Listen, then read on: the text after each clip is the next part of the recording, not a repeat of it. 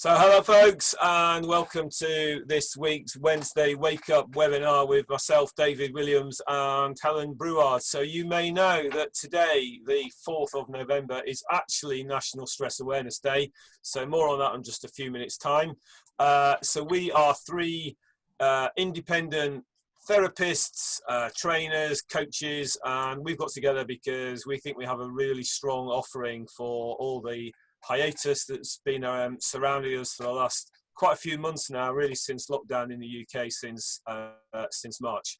So the reason we're doing it, and the reason I think it's so powerful and we're working so well together, is because the mind and body are connected. So we're looking at the mind, we're looking at the body, and we're kind of putting it together in a succinct and practical way to give you real tips and techniques and proven strategies to help you cope with the stress that we're all under in these troubled times.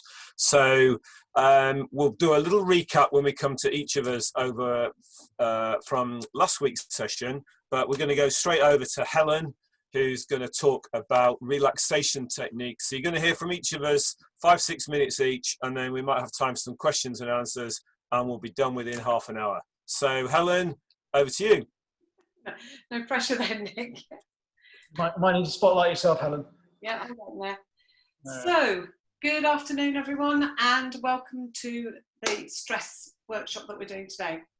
I know Nick said we were going to recap, but I've just suddenly thought I can't remember for the life of me what we did last week. I know it was about lethargy. So what I'm going to actually do is move on to stress, because stress is very, very prevalent at this moment in time. There are a lot of people that are dealing with a lot of pressure with the look of with another lockdown about to start tomorrow or midnight tonight. So stress in itself is about pressure, hardship, adversity from external or internal forces. In very basic terms, it comes down to fight or flight mode, survival of the species. And by that, what happens is, and I have some technology here for you. I could have done this on a PowerPoint, but I thought I would go back to old school. Stress is about that fight or flight response. It makes things difficult because what it's actually doing is your body is preparing to run away or stand up and have a fight. So in order to do that, the resources from the body need to be diverted towards the muscles so that you can do one of those two things. So because of that, it makes things like memory retrieval very difficult, or can do. You can also end up working slower and not realizing it than what you were before, because it's more difficult to retrieve that information. You find that those people that are under stress for a long period of time may be prone to illness. They may be the ones that catch every cough, cold and sneeze that's going on. One of the big key indicators as well is poor sleep. You know, that sort of waking up at 2 o'clock in the morning, 3 o'clock in the morning kind of thing. And a tendency to think very negatively and be very negative. Say, oh, it's a glorious day today. And somebody that's dealing with a lot of stress will come out with a really negative comment like, well, I don't see what the point is. I'm not going to be able to go out in it, or it's going to rain later, or there'll be some really negative thing. No matter what you say, there'll be a negative retort. Those are the very simple indicators, or some of the common indicators that somebody or you are dealing with a lot of stress. A lot of people are at the moment, we're all, you know, there is a lot of stress going around. So some very practical techniques for you to start using and employing to help yourself with those stress moments or being stressed. So first of all, the first thing that I teach any client that comes into my clinic, whether it's for stress, whether it's anxiety or anything else, I will teach them this breathing technique. It is very simple, very easy, and it's probably akin to something you already know, but in a slightly different version. So you can do it with me. You're going to take in a very big, deep breath, as much as you can, in through your nose. You hold it while you count to 4, and then you let it out very slowly, very steady. The more you control that outward breath, the calmer you begin to feel. Okay, so with me, in through your nose.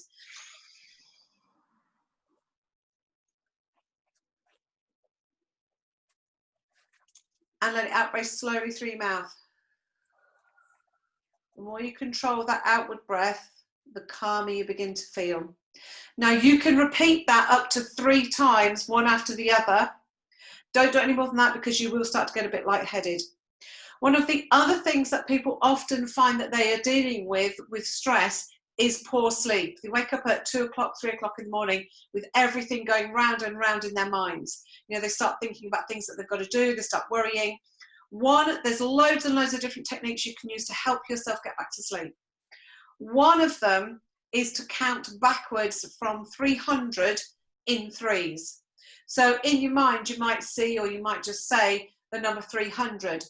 Then you say 297 and continue counting backwards. If you get all the way down to 1, then start again. And basically what you're doing is telling your mind that you are not engaging with all that stuff that's going around. You are focusing on this one thing. Eventually the mind gets fed up and bored and shuts down, which helps you to get back to sleep. That's just one technique. There is one other sleep technique that I particularly like that is very, very simple. In your mind, you write the word sleep and then see a nice wave come in and wash it away, and then write the word sleep again. The wave comes in and washes it away, and that's all you do. You just keep repeating that over and over and over again. Obviously, take time out for yourself. That is a really good other strategy to use. And David's going to help you with, I think you're talking about nutrition today, isn't it, David? Exercise and nutrition. Oh, yeah. How exercise and nutrition can help you with stress. So over to David. Thank you, Helen. Well, interestingly, that I've not heard those techniques, or those two sleep techniques, Helen. So thank you. If I ever stressed during this lockdown period now at night and I'm waking up, I'm going to try those. Normally I get nudged and told to stop snoring. So, but yeah, back onto how exercise can help cure stress, and we'll get onto nutrition in a little bit. But exercise has been scientifically proven to bring stress levels down.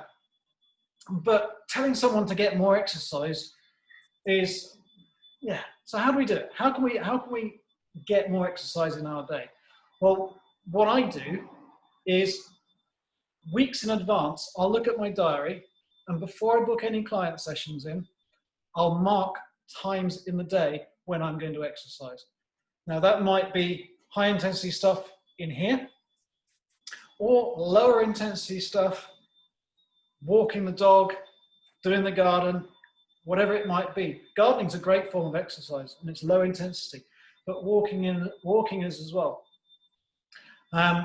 And whether it's high intensity exercise, like gym workouts and body weight workouts, because we can't get to gyms now, unfortunately, or walking or gardening, and they all increase your breathing and your heart rate, which means that more oxygen's getting around your body, which in turn reduces tension in the muscles and then reduces stress. Because if you're not carrying tension physically, you're going to release tension mentally.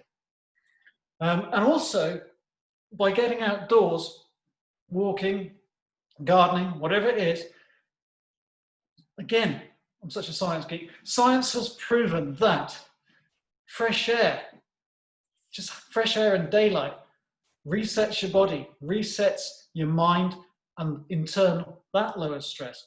But this one I really love.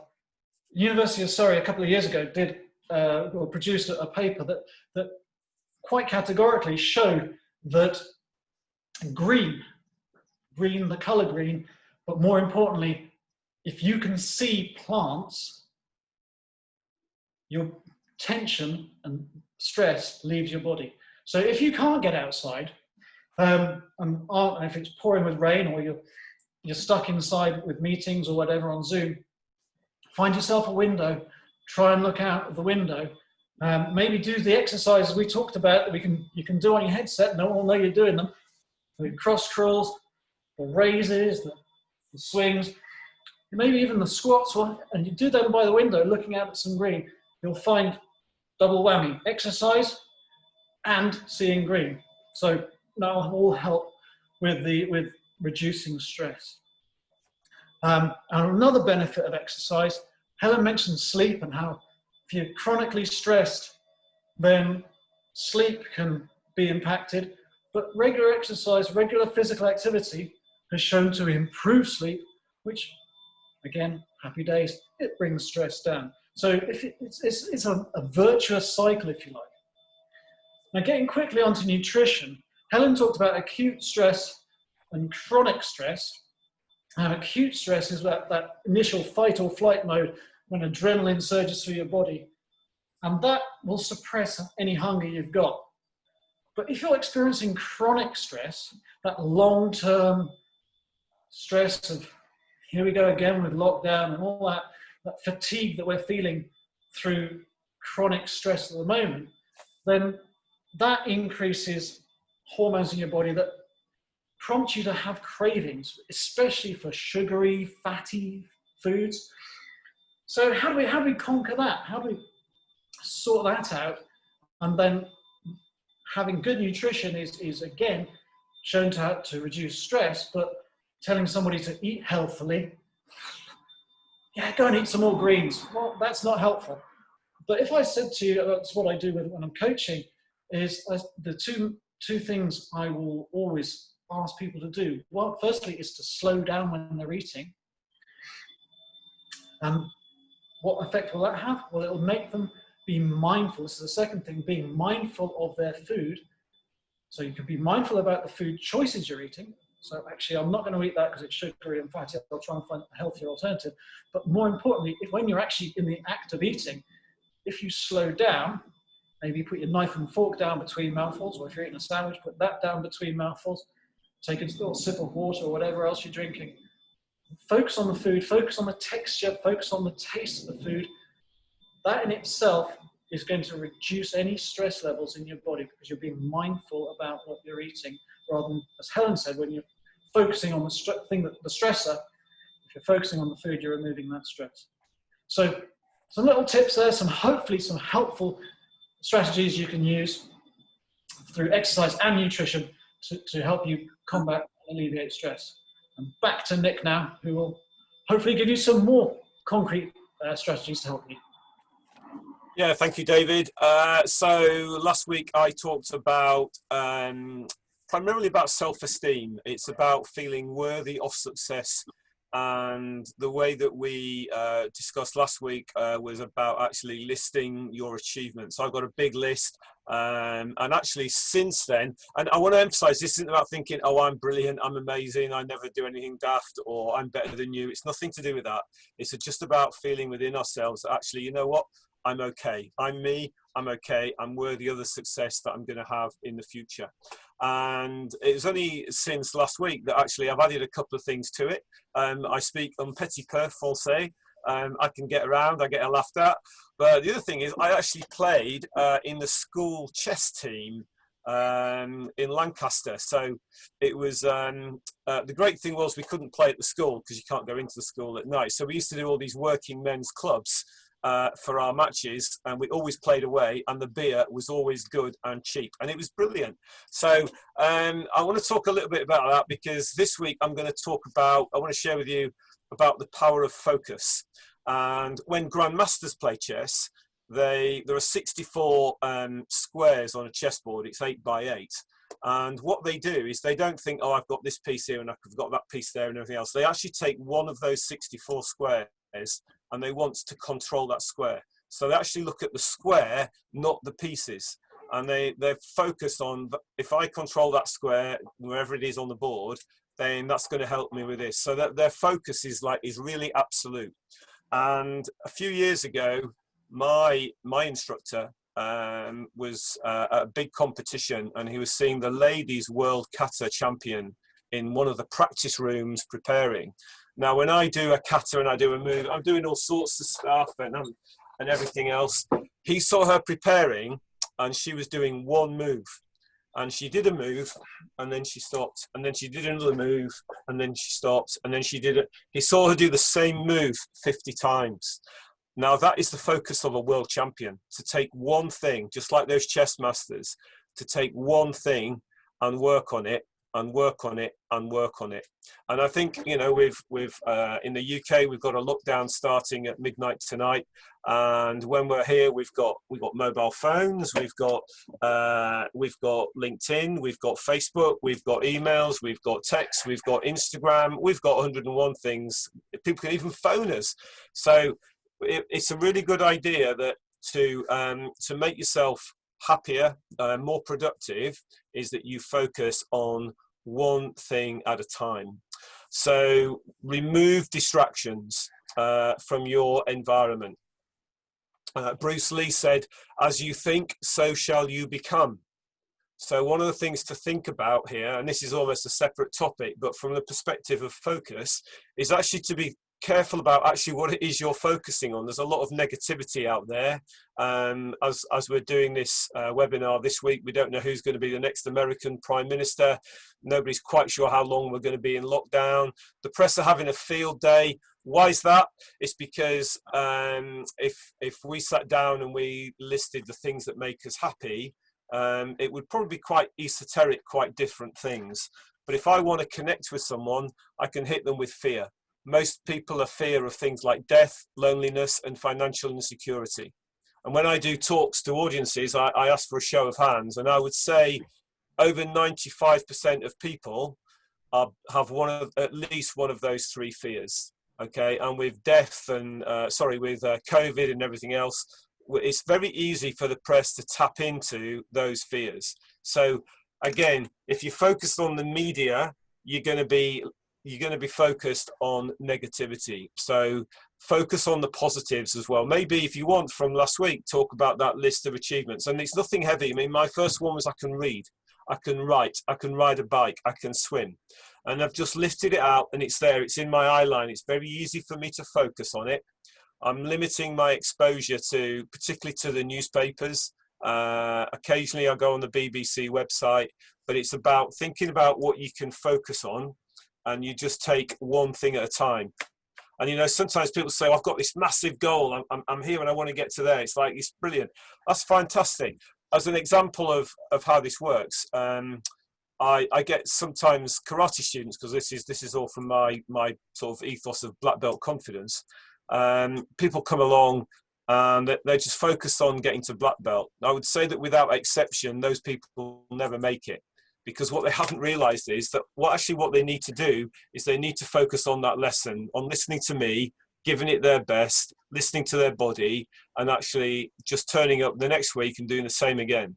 So when I think about it, the things that I've achieved in life and in success, I'm never really focused on up here. It's always just been the next thing. And then when that's done, I focus on the next thing. And when that's done, I focus on the next thing. And over time, that builds up and you're away. So take one thing at a time, remove distractions from your environment, and just have this real focus, this focus of a world champion, whether it's a kata champion, a karate champion, a chess grandmaster, but just take one thing at a time. One of the things I do with this lovely machine is it sometimes goes into airplane mode, it sometimes goes in silent, and it's somewhere over there. And then I'm just focused on what it is I want to do. So as you do this, you'll have more power, you'll be more effective, you'll be more productive, and then you're going to be happier. So I think that's kind of it for this week. Next week, we're going to be looking at boundaries. So one of the things that's going to help you is, you know, people are talking about, you know, all the working from home, about the blurring of boundaries between, you know, when I'm at work, I'm thinking about the kids. When I'm with the kids, I'm thinking of work, or whatever it might be for you. So actually, we're going to give you some real practical tips next week on how to have very clear boundaries, and also boundaries about saying yes and saying no. It's very easy to say yes. Sometimes we don't like to say no. So it's a whole session next week on boundaries. That also falls under, you know, the general remit of stress management as well. So hope you've enjoyed it. Thanks for coming, thanks for listening, and we'll see you next Wednesday at 12:30. Just want to say one quick thing. I know some of you have had a few issues on getting in, so there will be a new link for next week. So don't use the old one that you've used today. There'll be a new one that will come out on your emails next week. Okay. Thank you all. Cheers. Thank you. Oh, hang on.